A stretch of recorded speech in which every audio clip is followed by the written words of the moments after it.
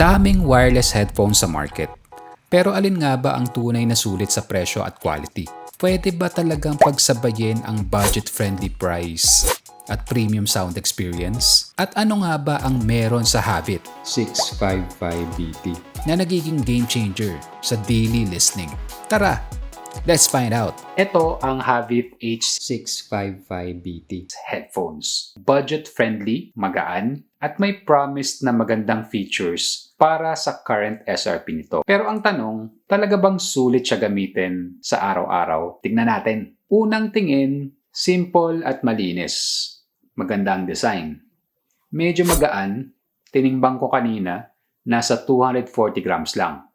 Parang kasing bigat ng isang 6 inches smartphone.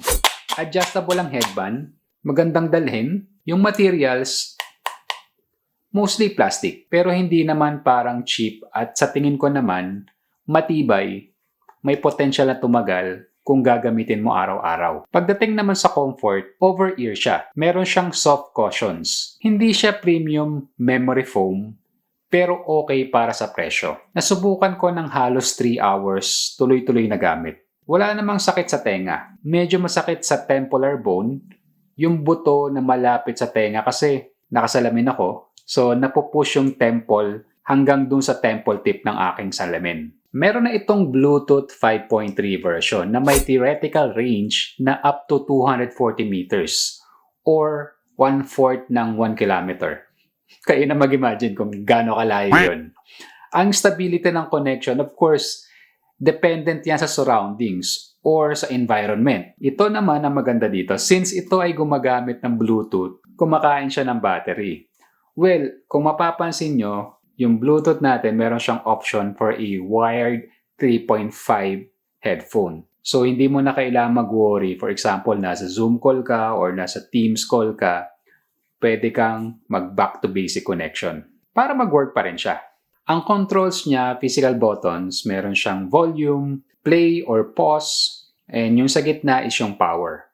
Wala nang ibang fancy features except dun sa ANC button, which is okay sa akin kasi I can have an option kung i-activate ko ba yung noise cancellation or not.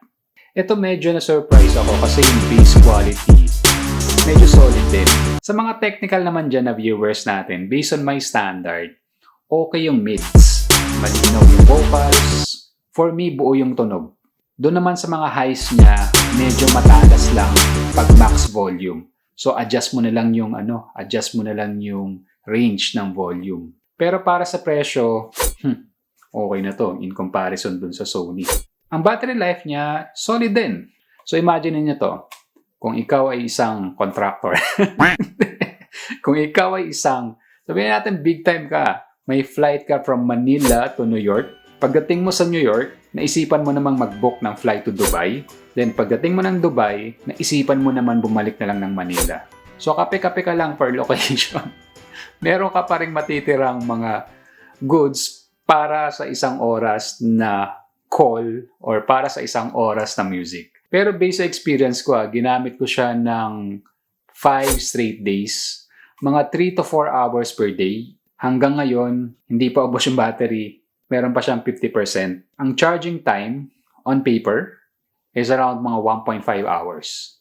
Pero hindi ko pa na-experience i-charge kasi nga hindi pa ubos eh. Meron pa 50%. Well, hindi siya pang recording studio pero malinaw sa Zoom or casual calls. Hindi ko pa na-try sa Google Meet pero na-try ko na siya sa Teams. Okay naman, wala namang reklamo yung kausap ko. Konting noise cancellation kahit na naka-on yung ANC so may maririnig ka pa rin na background. Pero for me, with the price, acceptable na yun.